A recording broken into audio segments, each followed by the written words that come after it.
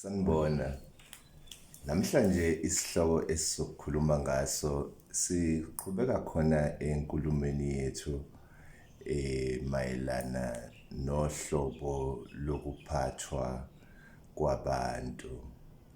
Kunezinhlobo ezahlukahlukene ezisetshenziswayo emhlabeni zokuphatha abantu.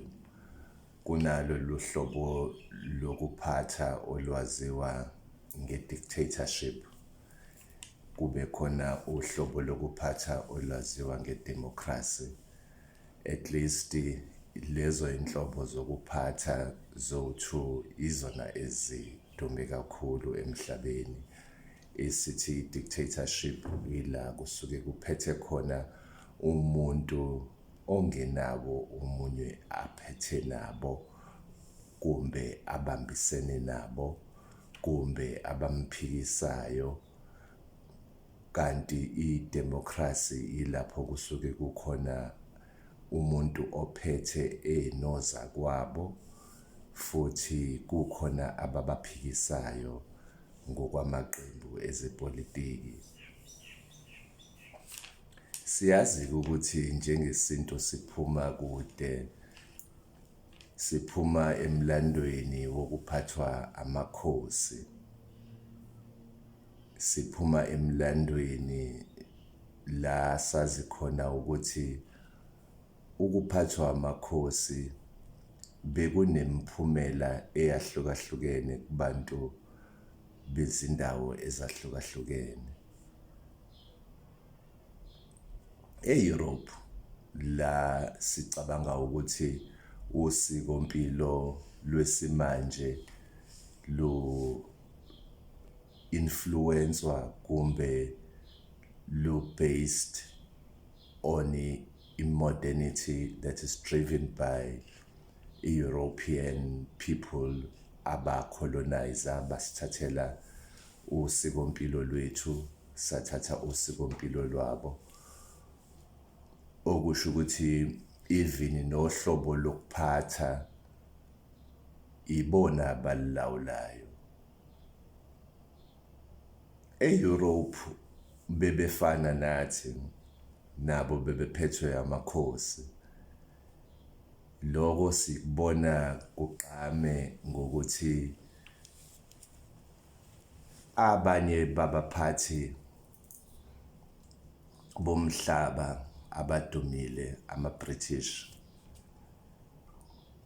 basaligcinile usikompilo lokuthi kube khona ubukhosi. I-Royal Monarchy eBritain isabalulekile. Ibaluleke ngangokuba nabantu qobo lwabo bayithanda, bayazisa. Base nale mizwa efanayo nokhokho babo. Nakuba izinto seyihlukile, sekukhona i-government. I-Westminster model eyaqala eBritain ukuthi kuthiwe amakhosi abaney'nselelo zokuthi agcina engasakwazi ukuzwa iy'mfuno zabantu,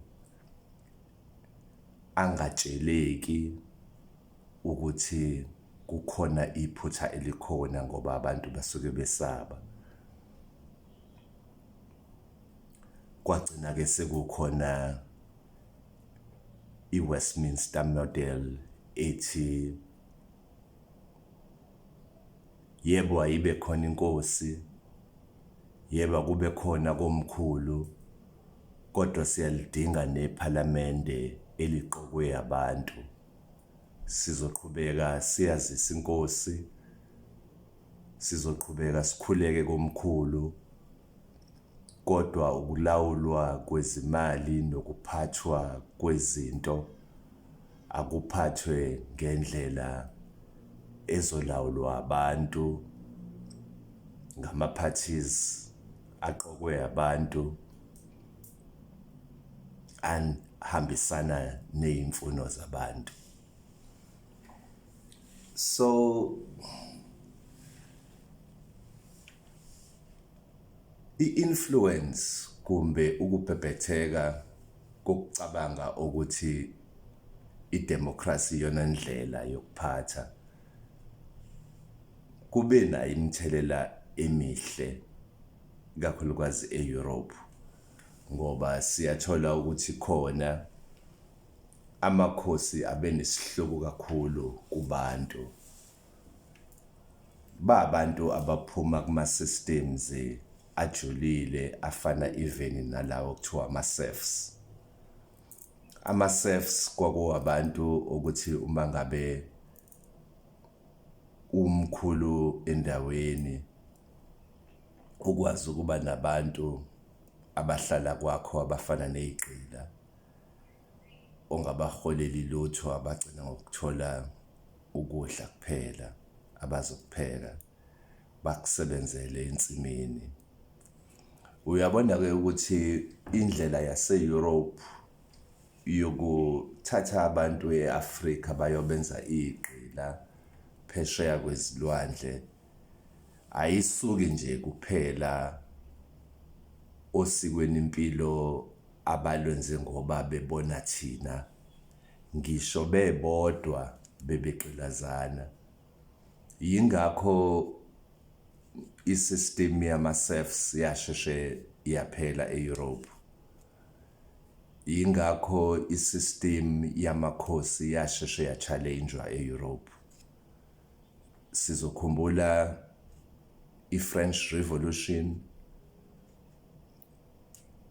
ukuthi amongst the many revolutions ezenzeka e-Europe iyayikade imayelana nokulwa namakhosi ukuthi angaphathi wodwana ngoba agcina esema-dictators esebenzisa uhlobo lokuphatha olwaziwa nge-autocracy, okusho ukuthi untamolukhuni ongafuni ukuzwa okushiwo abanye abantu. iBritain-ke iyona esingathi kuma-former colonizers wethu isahlonipha kakhulu into yobukhosi, into yakomkhulu, into yama-kings.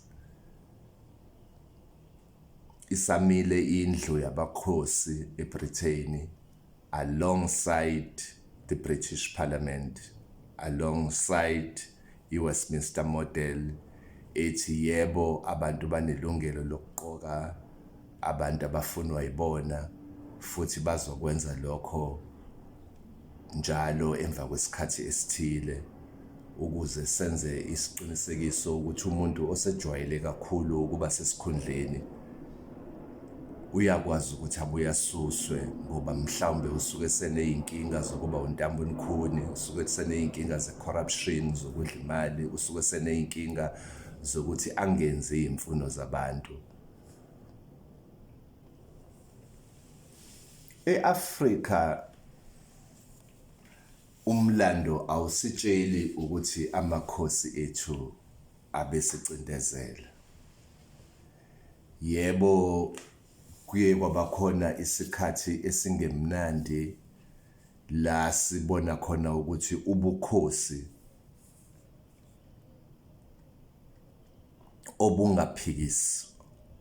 obungaphikiseki futhi la sazi khona ukuthi ophethe uyinkosi e-strong, e-powerful, njengo-King Shaka, inkosi uShaka Zulu, owakwazi ukuthi mangabe kuhambe uma wakhe emhlabeni atshela abantu ukuthi abazile kungayiwe emasimini, kwaze kwabakhona insizwa yimbe eyazidela ukuthi hayi mina usengamana ngibulale, ngizomtshela ukuthi ubulale isizwe manje. Ngenhlanhla yakhe lo ndoda iqhawe lakwaZulu lakwazi ukuthi malifika lafike lathola umklomelo wokuthi uyindoda ukwazile ukuzongivusa sengibulala isizwe sikababa. sizoqhubeka sikhulume ngama-forms of leadership. Sibheke ukuthi thina sesilaphi manje futhi siyaphi.